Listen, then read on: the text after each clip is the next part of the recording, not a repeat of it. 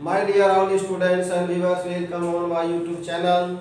Today I am going to start new lesson of new year. That's name Dissolution of Partnership. Become semester 1. Become semester 1. Become semester 1. Lecture 1. Dissolution of Partnership. Dissolution of Partnership. CC1. You can say CC1. CC1. Compulsory courses 1. Dissolution of partnership. At first we will discuss about dissolution of partnership. What do you mean by dissolution of partnership? In this case of dissolution of partnership, how many accounts is prepared? Dissolution of partnership. Why? What main causes of dissolution of partnership? I will explain about that. And also I will explain in Hindi and English. This is related to dissolution of partnership. At first, I will try to explain that dissolution of partnership. साझेदारी का विघटन होता क्या है? साझेदारी का विघटन हिंदी में हम लोग बोलते हैं due to any reason partners will be separated due to any reason. In other words, we can define it. When a partnership firm's business comes to an end, when a partnership firm's business comes to an end due to any reason is called dissolution of partnership. जब किसी कारणवश साझेदारी का व्यवसाय यानी साझेदारों का व्यवसाय बंद हो जाता है, चाहे कारण कुछ भी हो, किसी साझेदार की मृत्यु हो, किसी साझेदार का death of any partner, death of retirement, any partner become insolvent, any reason may be. At first, dissolution of partnership. I will explain. Dissolution of partnership होता क्या है? साझेदारी का विघटन.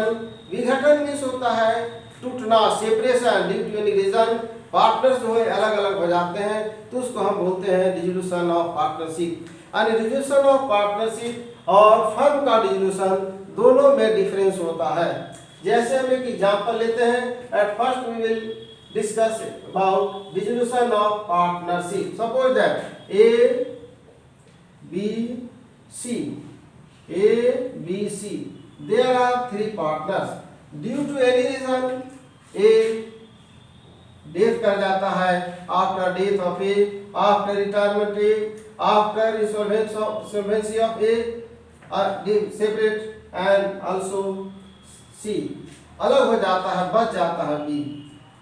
इन this case partners business may be continue और not. Business चल भी सकता है और बंद हो सकता है.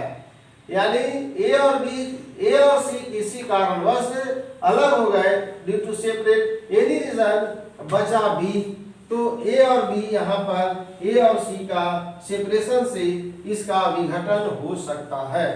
यानी ए और सी को अलग हो जाने से ये जो फर्म था ए बी सी, ये धंधा बंद हो सकता है और चालू भी रह सकता है. चाहे तो भी चला भी सकता है, लेकिन यहाँ पर हम लोग को समझना है विघटन का मतलब टूटना होता है, अलग हो जाना होता है. और इसके ठीक विपरीत होता है डिसोल्यूशन ऑफ फर्म यानी liquidation of firm. Liquidation of firm जैसे यहाँ पर एक संस्था का एग्जाम्पल लेते हैं हम लोग, राम निवास एंड सन्स. ये संस्था है जिसमें राम निवास और एनी अदर और भी कोई पार्टनर हो सकता है. तो यहाँ पर सपोज किया जाए कि राम है, निवास और श्याम भी हो सकता है.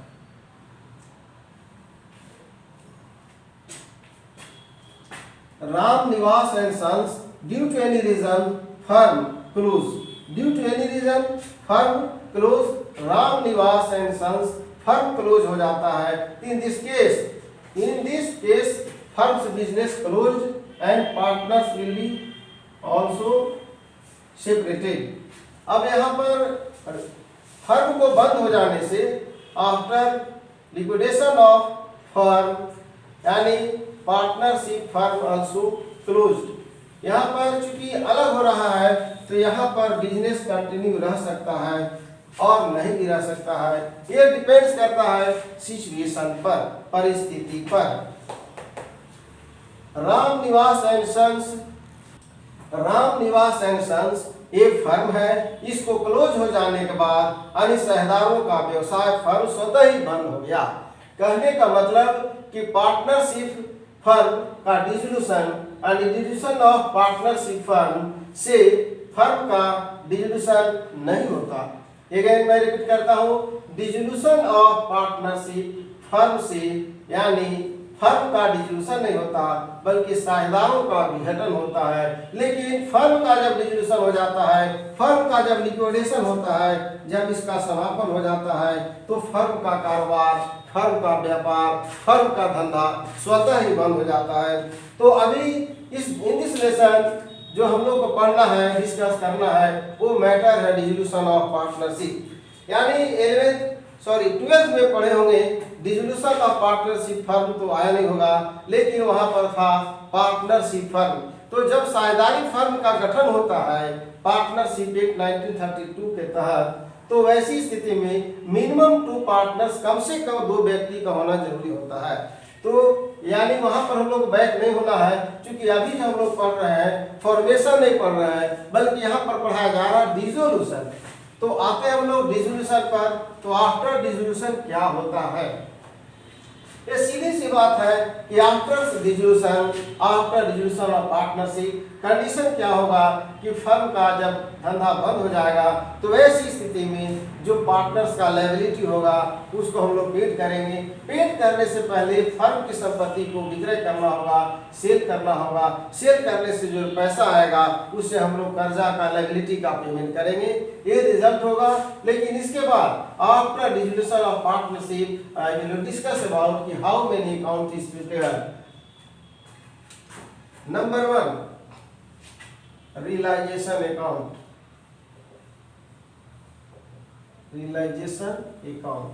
नंबर 2 यहाँ पर अब सवाल उठता है कैपिटल 2 तरह का होता है।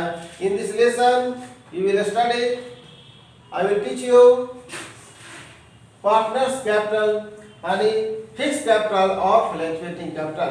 There are 2 types of capital. Condition होगा, I will discuss about that after that time. Realisation account, दूसरा होगा partners capital account, realisation account, partners. यहाँ पर और करेंट अकाउंट भी हो सकता है, पार्टनर्स करेंट अकाउंट,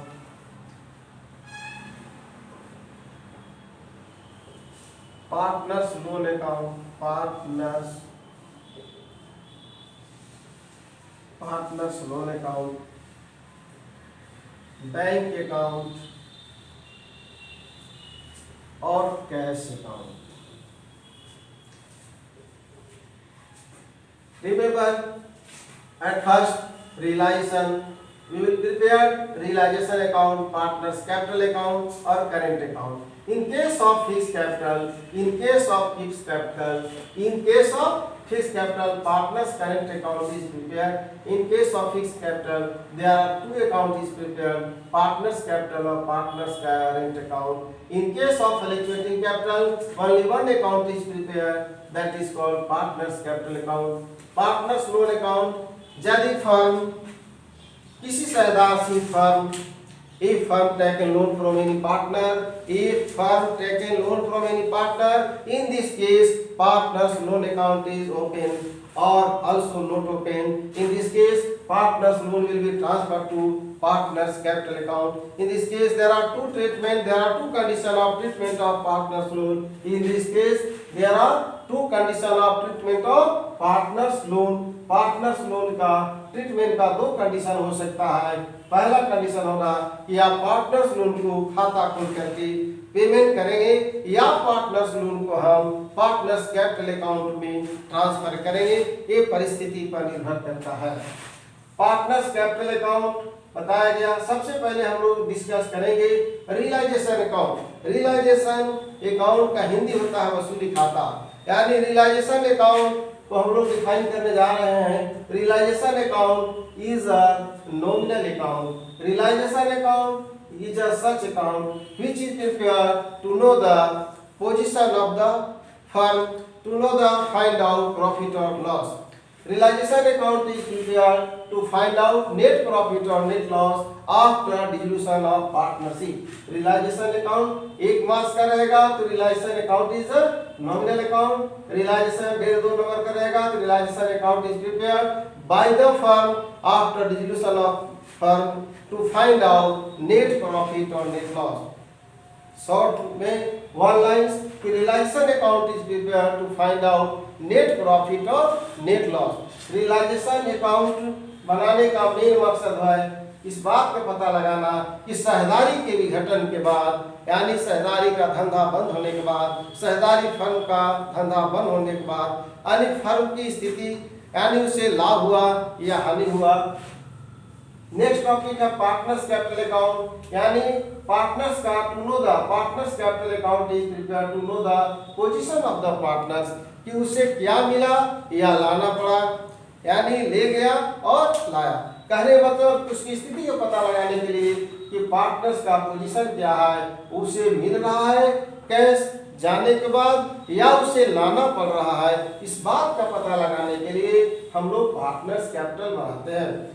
यानी यहाँ दो कंडीशन था कि फिक्स कैपिटल के दशा में there are two account is prepared and fluctuating capital के दशा में। तो आगे हम लोग कैपिटल के बारे में डिस्कस करेंगे। नेक्स्ट कंडीशन रियलाइजेशन अकाउंट मैंने पहले डिस्कस किया कि रियलाइजेशन अकाउंट क्यों बनाया जाता है, किस लिए बनाया जाता है, उसके बनाने के बाद क्या रिजल्ट होता है, उसके बारे में हम चर्चा किए। अब मैं एक केसी में नमूना फॉर्मेट लिखने जा रहा हूँ। रियलाइजेशन अकाउंट किस तरह से बनाया जाता है, उसके बेसिक फंडामेंटल्स क्या है।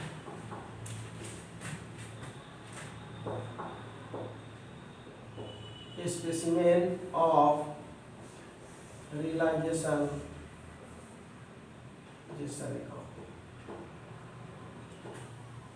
यानी जस्ट लाइक ये लेजर है,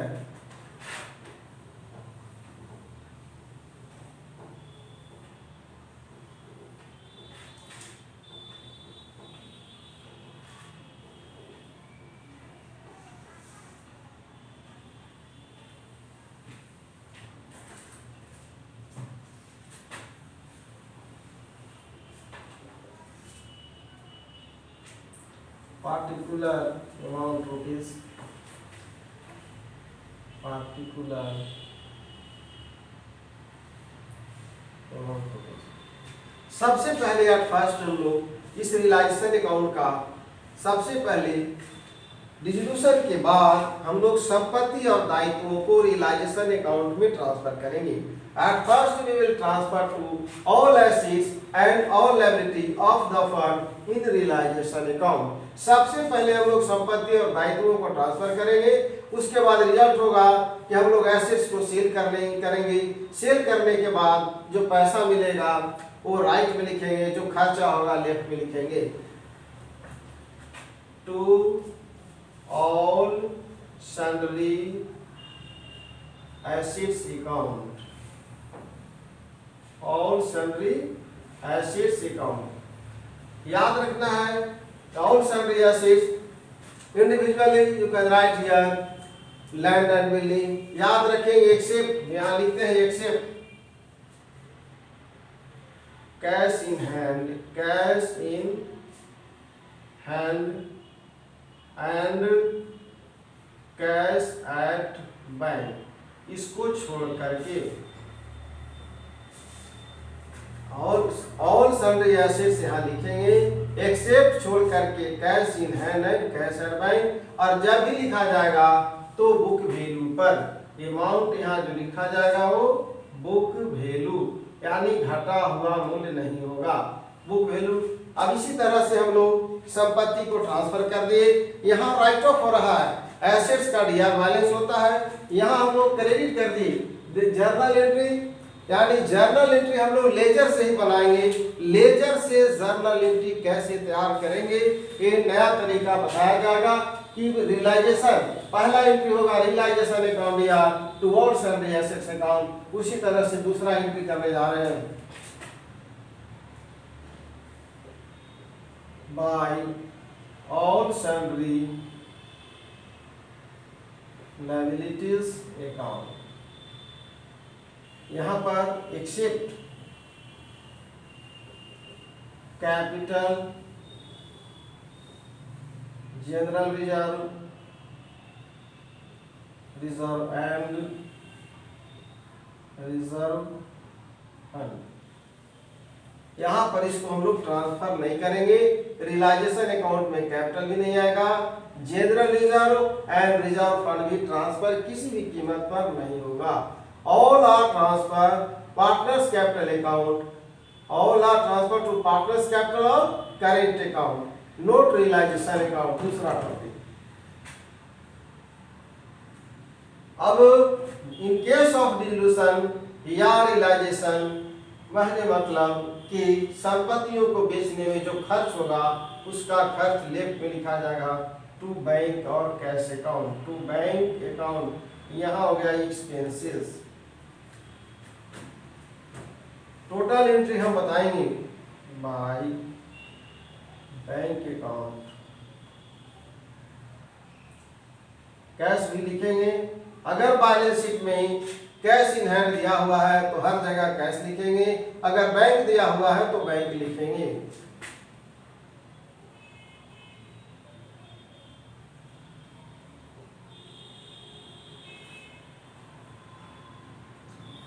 एसेट्स रिलाई, ये दूसरा एंट्री हुआ खर्चा का। अब यहां हम लायबिलिटी को पेड कर रहे हैं to bank account, to bank account liability paid. यहां पर हम लायबिलिटी को पेड कर रहे हैं। अब any assets of the firm, जैसे any assets of the firm taken over by the partner. Partner अगर किसी संपत्ति को लेता है तो यहां लिखाएगा पार्टनर्स, ध्यान देंगे partners capital account Dr to realisation account. और रियलाइजेशन का ही हम खाता खोल रहे हैं, क्रेडिट है इसलिए इसको हम लोग राइट में ले जाएंगे, बाय लिखाएगा when any assets of the firm, when any assets of the firm, when any assets of the firm transfer to realization account।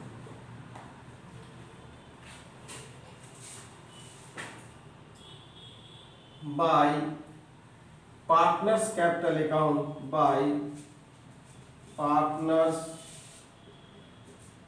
Capital और करंट भी हो सकता है, पार्टनर्स कैपिटल अकाउंट और partners current account.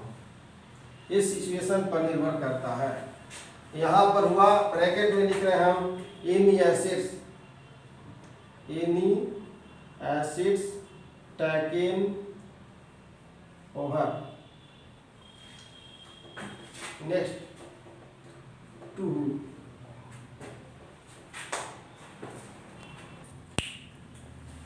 Bank account, जिस तरह से यहाँ पर any asset taken over by the partners और any partners is just like any liabilities taken over, just opposite entry हो जाएगा any liability, any liability.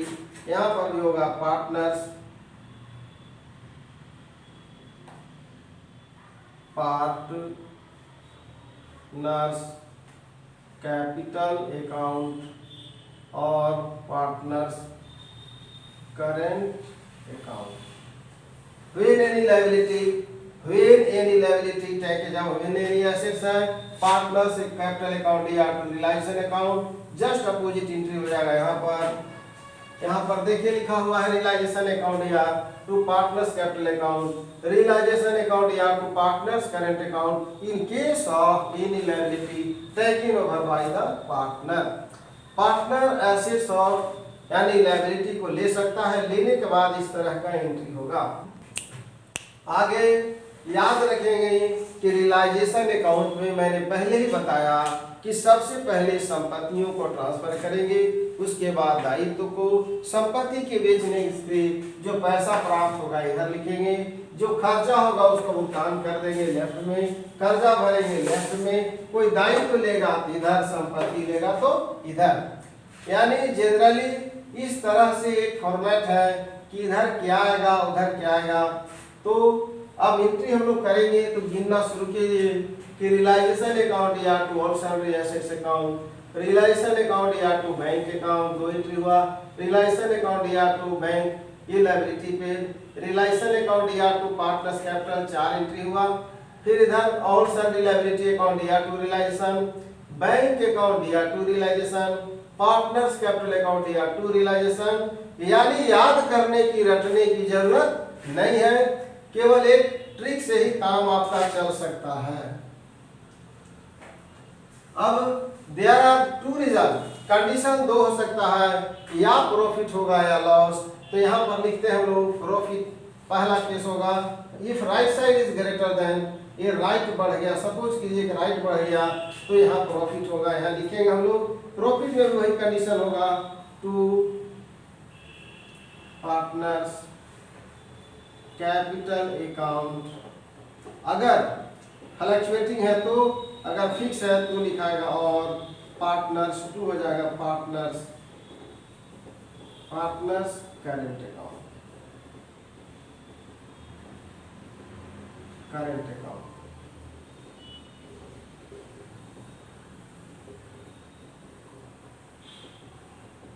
Just opposite, if left side is greater than right side, difference will be, if left side is greater than right side, difference will be loss। यानी यहाँ हो गया इन case of profit, यहाँ पर हो गया profit, ये हो गया प्रॉफिट, और इधर हो जाएगा बाय पार्टनर्स कैपिटल अकाउंट और पार्टनर्स करेंट अकाउंट। ये हो गया लॉस।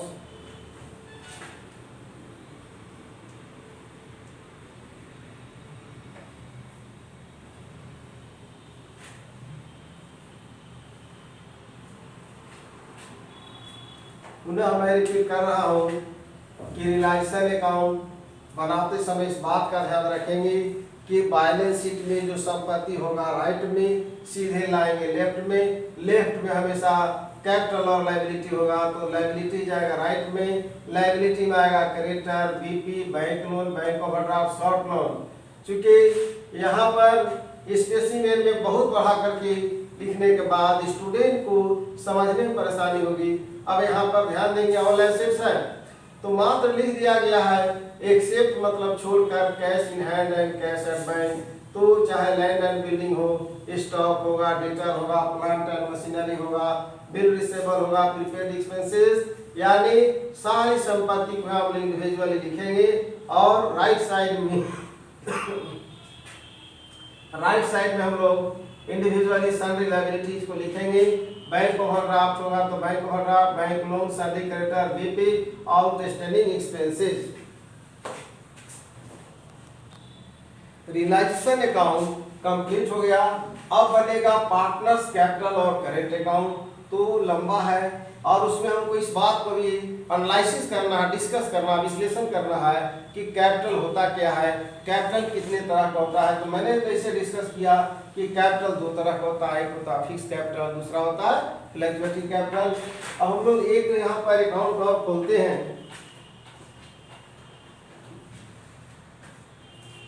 जैसे पार्टनर्स लोन हम लोग खाता खोलते हैं। कैपिटल का आगे खोलेंगे नेक्स्ट लेक्चर में, पार्टनर्स लोन अकाउंट। याद रखना है कि लोन का हमेशा क्रेडिट बैलेंस होता है, लोन का हमेशा क्रेडिट बैलेंस होता है। ये हो गया पार्टिकुलर, जस्ट लाइक लेजर है, particular amount rupees, particular amount rupees. अब यहाँ देखेंगे कि पार्टनर्स लोन के बारे में मैंने बताया है कि इसका दो यानी there are two condition of treatment of partners loan. यानी नंबर 1 में है at first open account, then after it will be transfer to partners capital account by balance विधि। बाय बैलेंस विधि ये लोन है क्योंकि हमेशा इसका सीआर बैलेंस होता है और इसका हम लोग पेमेंट करेंगे यहाँ टू कैश भी लिख सकते हैं, टू कैश अकाउंट और टू बैंक अकाउंट, और दो में से कुछ भी हो सकता है। अब एक अकाउंट और है बैंक अकाउंट। याद रखेंगे बैंक अकाउंट में भी कुछ रटने की जरूरत नहीं है, उसका सीधा एक उपाय मैं बता रहा हूँ, अभी तुरंत इसको बनाऊंगा। यहाँ पर बैंक जो लेफ्ट में होगा वो राइट में चला जाएगा। बैंक अकाउंट का भी हम स्पेसिमेन अभी लिख दे रहे हैं।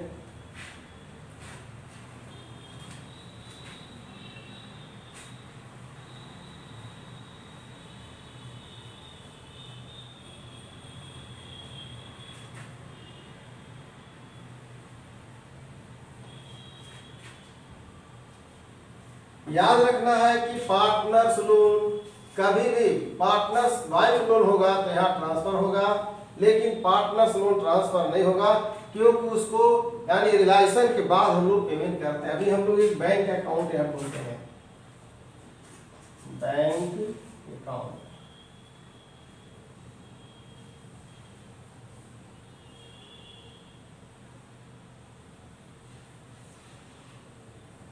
पार्टिकुलर अमाउंट, याद रखना है बैंक एंड एसेट्स है, इसका डीआर बैलेंस होगा। यहाँ पर सीधे टू बैलेंस विधि जो पिछले साल का दिया हुआ रहेगा यहाँ लिखेंगे। अब आपको कहीं से कुछ याद नहीं करना। अब यहाँ चलिए ये देखिए यहाँ पर बैंक है लेफ्ट में बैंक है, इसको हम राइट में जा रहे हैं। बाय रियलाइजेशन लिखेंगे क्योंकि रियलाइजेशन अकाउंट या टू बैंक है तो ये हो गया बाय रियलाइजेशन अकाउंट। यहाँ बाय रियलाइजेशन अकाउंट याद रखेंगे। लेफ्ट में एक दो तो है, चार को भी बैंक अगर रहेगा तो उधर राइट में चला जाएगा। राइट में देखें बैंक एक जगह है, यहाँ पर टू लिखाएगा, इसका एंट्री होगा बैंक अकाउंट या टू रियलाइजेशन अकाउंट।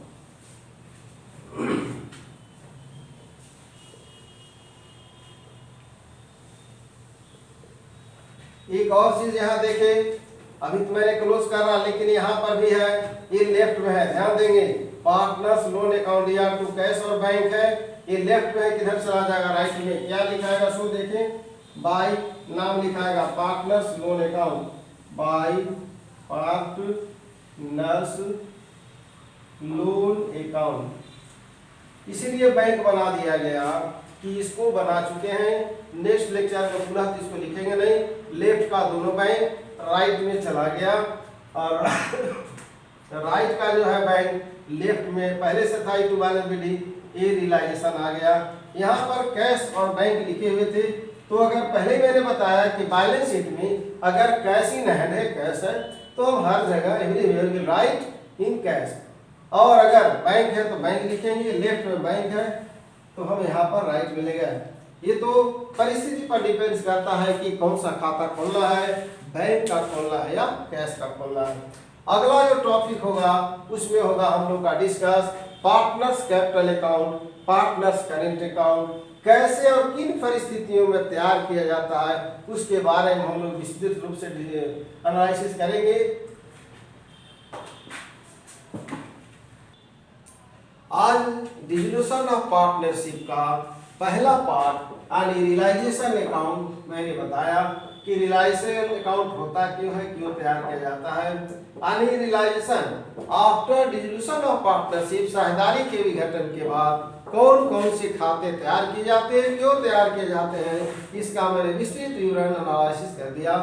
और यहाँ पर पार्टनर्स लोन यदि प्रश्न में if given in question partners loan, in this case partners loan account is opened and partners loan account also will be transferred to partners capital account। और next topic में होगा bank account को मैंने बता दिया कि बैंक अकाउंट याद रखना है कि बैलेंस शीट जिस तरह से दोनों पक्ष बराबर होता है उसी तरह से यानी बैंक अकाउंट का भी दोनों पक्ष हमेशा बराबर होगा।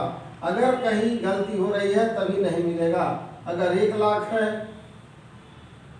1 लाख होगा, दोनों का यदि बराबर आ जाता बैंक तो समझेंगे कि अभी तक जो हम लोग रिकॉर्ड मेंटेन किए हैं, जो लेजर बनाए हो सही है। अब अगला टॉपिक नेक्स्ट डे होगा, वो होगा पार्टनर्स कैपिटल और करेंट अकाउंट किन परिस्थितियों में कैसे तैयार किया जाएगा। आज का जो पार्ट है डिस्ट्रीब्यूशन और पार्टनरशिप को मैं यहाँ पर खत्म करता हूँ और अगले यानी next lecture next video every day upload होगा और आप तक यानी आप सबों तक मेरे छात्र छात्राओं और हमारे चैनल से जुड़े सभी लोगों तक पर डे पहुँचेगा। आप वेट करेंगे न्यू वीडियो का एवरी डे अपलोड होगा। मैं अपने स्टूडेंट्स और व्यूअर्स को आज नए सत्र की शुरुआत में नए विषय की शुरुआत के साथ नए चैप्टर की शुरुआत मैंने किया हूं और मैं आशा करता हूं कि आप सबों को प्रतिदिन एक नई वीडियो एक नई तरीके से प्रतिदिन आपको मिलेगा। आप उसे देखेंगे और आसानी से समझेंगे। मुझे विश्वास है कि वीडियो मेरे द्वारा जो बनाया गया वीडियो है सभी वर्ग यानी 12 और बीकॉम सेमेस्टर 1 यानी पीजी लेवल के यानी सभी सेमेस्टर में जहां भी और जिस जगह सिलेबस में डिस्ट्रीब्यूशन ऑफ पार्टनरशिप होगा आप सबों के लिए बहुत बहुत ही यूजफुल होगा। आज मैं अपने इस वीडियो को लेक्चर को अंत ये करते हुए अपने व्यूअर्स और चैनल से जुड़े लोगों और स्टूडेंट्स को बहुत बहुत धन्यवाद देता हूँ।